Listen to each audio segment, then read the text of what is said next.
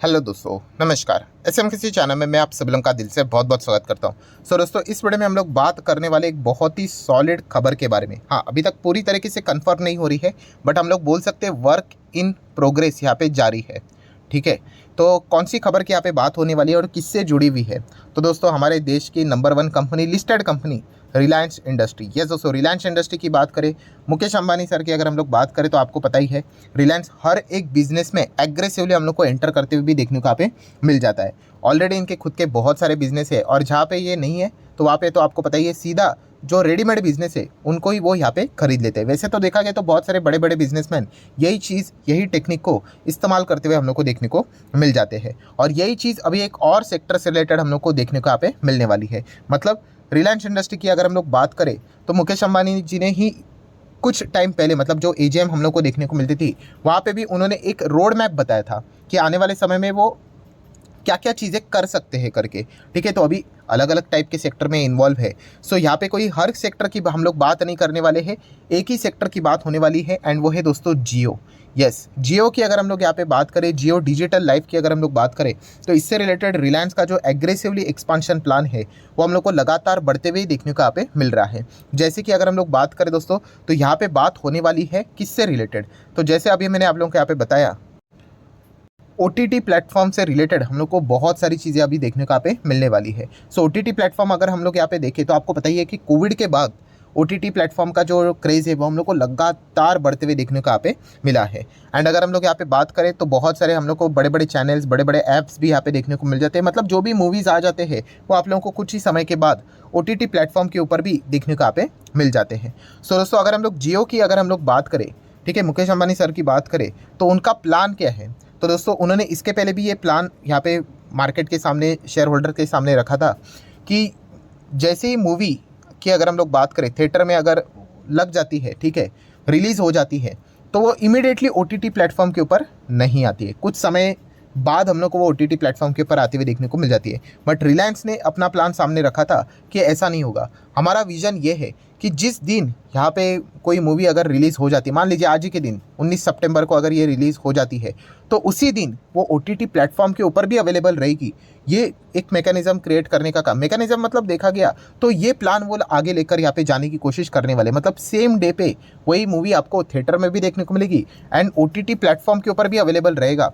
इसका भी प्लानिंग वो यहाँ पे कर रहे हैं। तो ऑब्वियसली रिलायंस तो थिएटर बिजनेस में है नहीं, ठीक है, तो हम लोग यहाँ पे कह सकते हैं OTT प्लेटफॉर्म से वो ज़बरदस्त पैसा कमाने का प्लान यहाँ पे लेकर चल रहे हैं। अभी इमीडिएटली लोग ये भी सोचेंगे, सर अगर ऐसा हो गया तो PVR आइनॉक्स जैसी कंपनी खत्म ही हो जाएगी। तो दोस्तों, ऐसा बिल्कुल भी नहीं है। देखिए, मैंने इसके पहले भी आपको ये चीज़ सिखाई है, जो एंटरटेनमेंट वाली चीज़ें होती है ना दोस्तों, ठीक है, टेस्ट की बात करें, एंटरटेनमेंट की बात करें, पहराव की बात करें, तो इसका हर किसी का टेस्ट अलग अलग होता है। जैसे कि एक एग्जांपल देना चाहूँगा, क्रिकेट का मैच। क्या क्रिकेट का मैच आप घर पे बैठकर नहीं देख सकते? देख सकते हैं ना। तो फिर इतने सारे लोग, 50,000 लोग स्टेडियम में जाके देखते क्यों है? यस, एक अलग एक्सपीरियंस आप लोगों को मिलता है। तो वैसा ही अगर हम लोग यहाँ पे बात करें, ये जो ऑडियंस रहती है कौन सी, लाइव क्रिकेट मैच देखने वाली, या फिर OTT प्लेटफॉर्म की अगर हम लोग बात करें, तो जैसे फर्स्ट डे फर्स्ट शो देखने वाली बहुत सारे लोग ऐसे भी होते हैं। आप गूगल करके देखना या फिर यूट्यूब के ऊपर जाके देख लेना कि कोई भी मूवी आती है, उसके सुबह के शोज़ होते हैं, 6 बजे का शो, एंड वो भी हाउसफुल देखने को मिल जाते हैं। मतलब इतना क्रेज़ होता है। तो बताने का मकसद क्या है दोस्तों, इससे कोई यहाँ पे जो नॉर्मल थिएटर वाले जो बिजनेस होते हैं, PVR आइनॉक्स की भी अगर हम लोग बात करें, वो कोई ख़त्म नहीं होगा। वो भी वैसे ही चलते हुए रहेगा, क्योंकि वो उनकी ऑडियंस अलग होती है एंड OTT प्लेटफॉर्म वाली ऑडियंस अलग होती है। ठीक है, ऐसे ऑडियंस जो होती है जिनको OTT पे ही, मतलब मोबाइल फ़ोन के ऊपर ही मूवीज़ देखनी है, वो इंतज़ार कर लेते हैं। और अगर उनको इमीडिएटली अगर वो मूवी जिस दिन रिलीज़ हो रहा है उसी दिन अगर वो मिल जाता है मोबाइल फ़ोन के ऊपर, तो वो भी शायद से उनका सब्सक्रिप्शन यहाँ पे खरीद लिए।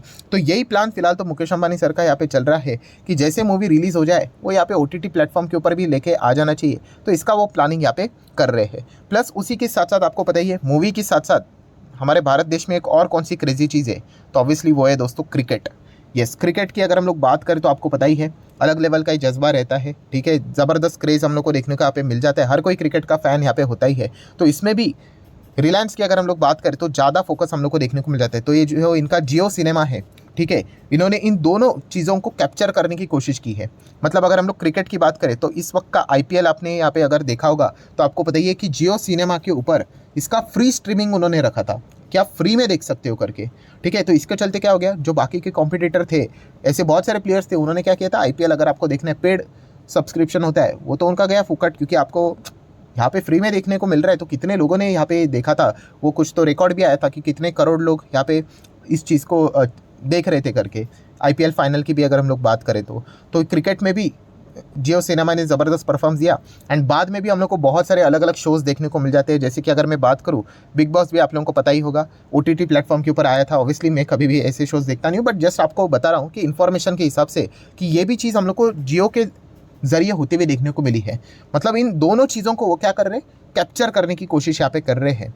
तो इसी का फ़ायदा यहाँ पे जियो आने वाले समय में उठा सकता है। एंड दोस्तों, अगर हम लोग क्रिकेट की बात करें तो क्रिकेट में आपको पता ही है, डिज्नी हॉटस्टार ये एक जियो का बहुत बड़ा कॉम्पिटिटर है। एंड पहले देखा गया तो डिज्नी तो अमेरिकन कंपनी है, उन्होंने क्या किया था, यस, स्टार ग्रुप से रिलेटेड जो स्ट्रीमिंग के जो राइट्स रहते वो सारे उन्होंने यहाँ पे खरीदे थे, इसलिए डिज्नी हॉटस्टार ये अभी हम लोग को नाम देखने को मिल जाता है।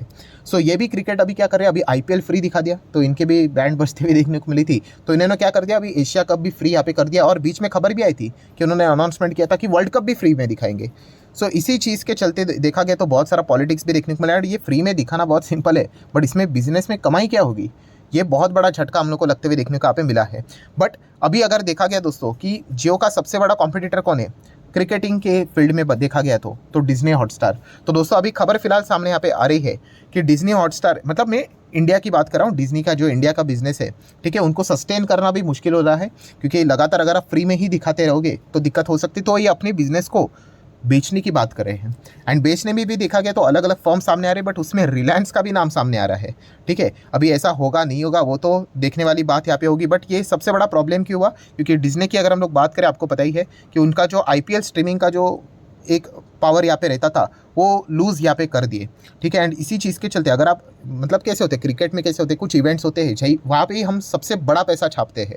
और आईपीएल तो कितना बड़ा इवेंट था, हर किसी को यहाँ पे पता है। अभी वर्ल्ड कप की भी अगर बात करें, वो भी एक बहुत बड़ा इवेंट रहेगा, बट वहाँ पे भी डिज्नी में अगर हम लोग बात करें तो अनाउंसमेंट करके रखा था कि फ्री में दिखाएंगे करके। अगर ऐसी चीज़ें चलती रही तो धंधा कैसे होगा। सो इनको धंधा करना थोड़ा सा मुश्किल यहाँ पे हो रहा है। एंड रिपोर्ट के जरिए खबरें आ रही है कि शायद से वो अपना बिजनेस बेच सकते हैं। एंड इसके लिए खुद रिलायंस सामने आते हुए देखने को आप मिल रहा है। आप देख सकते हो Mukesh Ambani Reliance industry among the potential buyer, potential मतलब शक्यता की बात हो रही है कि वो डिज्नी इंडिया का जो स्ट्रीमिंग है, टीवी का बिजनेस, मतलब क्रिकेट का ही बिजनेस पकड़ लीजिए, इसको वो यहाँ पे खरीद सकते हैं। एंड अगर इसको वो यहाँ पे खरीदेंगे तो मुझे लगता है कि वर्ल्ड कप फ्री में देखने के चांसेस, फिर अगर मतलब जियो के हाथ में अगर चला गया तो फिर चांसेस इसके कम है। फिर शायद से इसको पेड सब्सक्रिप्शन हम लोग को आते हुए देखने को यहाँ पे मिल जाएगा। तो ये खबर हम लोग को देखने को मिली। और बात यही तक सीमित नहीं है दोस्तों, डिज्नी परेशान भी यहाँ पे ज़रूर होगा। क्यों परेशान होगा, क्योंकि अगर हम लोग यहाँ पे AIDCF की बात करें, इसका फुल फॉर्म क्या है, all India digital cable federation. ठीक है, तो वो यहाँ पे कोर्ट में जा चुके हैं। कोर्ट मतलब वो जो एपीलेट ट्रिब्यूनल होती है, अभी इनका ट्रिब्यूनल कौन सा है, TDSAT की अगर हम लोग बात करें, telecom dispute settlement and appellate tribunal, वहाँ पे ये जा चुके हैं। क्यों जा चुके हैं, कि उन्होंने यही आरोप लगाया है कि अरे भाई क्या है ये फ्री चल रहा है, यहाँ पे फ्री का क्रिकेट यहाँ पे दिखा रहे हैं। और अगर ऐसा ही चलता रहा, हर कोई फ्री में ही दिखाता रहा, तो एज अ केबल की अगर हम लोग बात करें, उनके जो मेंबर्स है, उनके जो कस्टमर है, वो भी डिमांड कर रहे हैं कि भाई हमें भी लाइव क्रिकेट फ्री में देखना है, हम आपको क्यों पे करें करके। अगर ऐसा करते रहेंगे तो हमारा बिजनेस चौपट हो जाएगा। सो इसको कोर्ट ने यहाँ पे रोकना चाहिए। ये भी मतलब बात फिलहाल तो हम लोग को AIDCF की अगर हम लोग बात करें, वो कोर्ट में लेकर जा चुके हैं। अभी इससे रिलेटेड क्या आउटकम निकल कर आएगा वो देखने वाली बात यहाँ पे रहने वाली। मतलब बेसिकली अगर देखा गया तो स्टार क्रिकेट, मतलब डिज्नी की अगर हम लोग बात करें, डिज्नी प्लस हॉटस्टार की अगर हम लोग बात करें, तो अगर इनके खिलाफ अगर ये फैसला आ गया कि आप फ्री में नहीं दिखा सकते, तो बहुत ज़्यादा दिक्कतें हो सकती है। तो ओवरऑल माहौल की अगर मैं बात करूँ तो मुझे ऐसा लगता है कि डिज्नी हॉटस्टार अपने राइट्स को यहाँ पे बेच ही देगी। और शायद से अगर बेच ही देगी तो इसको बेस्ट अगर कोई बायर अगर मिल ही जाएगा तो शायद से रिलायंस का जियो सिनेमा ही हम लोग को देखने को मिल सकता है।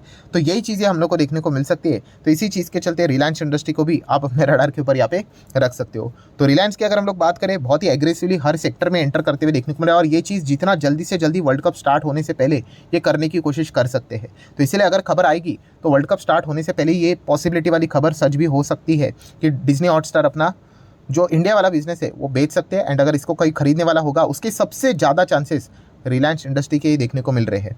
तो देख लेते हैं ये खबर सच होती है कि नहीं। अगर हो जाती है तो रिलायंस इंडस्ट्री को डायरेक्टली इनडायरेक्टली इसका फ़ायदा मिलेगा ही मिलेगा। प्लस अगर देखा गया तो आज के दिन की अगर हम लोग बात करें, गणेश चतुर्थी की शुरुआत यहाँ पे हो चुकी है। ठीक है, एंड AGM में जैसे बोला था मुकेश अंबानी ने कि जियो एयर फाइबर लॉन्च यहाँ पे वो करने वाले 19 सितंबर को, तो वो लॉन्च यहाँ पे हो चुका है, जो कि रिलायंस जियो का वायरलेस ब्रॉडबैंड सर्विस हम लोग को देखने को मिले, जिसका प्लान 600 से हम लोगों को स्टार्ट होते हुए देखने को मिल चुका है। सो हर एक सेक्टर में वो एग्रेसिवली एंटर कर रहे हैं, एयरटेल को टक्कर दे रहे हैं। जियो फाइनेंस की अगर हम लोग बात करें तो बाकी फाइनेंशियल वाली जो कंपनियां हैं उनको भी वो टक्कर देने वाले हैं। रिटेल सेगमेंट में अगर हम लोग बात करें तो वहाँ पे भी वो एग्रेसिवली बढ़ते हुए देखने को मिले। ऑनलाइन प्लेटफॉर्म में तो नंबर 1 कंपनी ऑलरेडी बन चुकी है, वैल्यूएशन भी देखा गया। सो 8 से 8.25 लाख करोड़ के आसपास बैठ रहा है एज पर द करंट जो उन्होंने फंड रेजिंग की थी उस हिसाब से।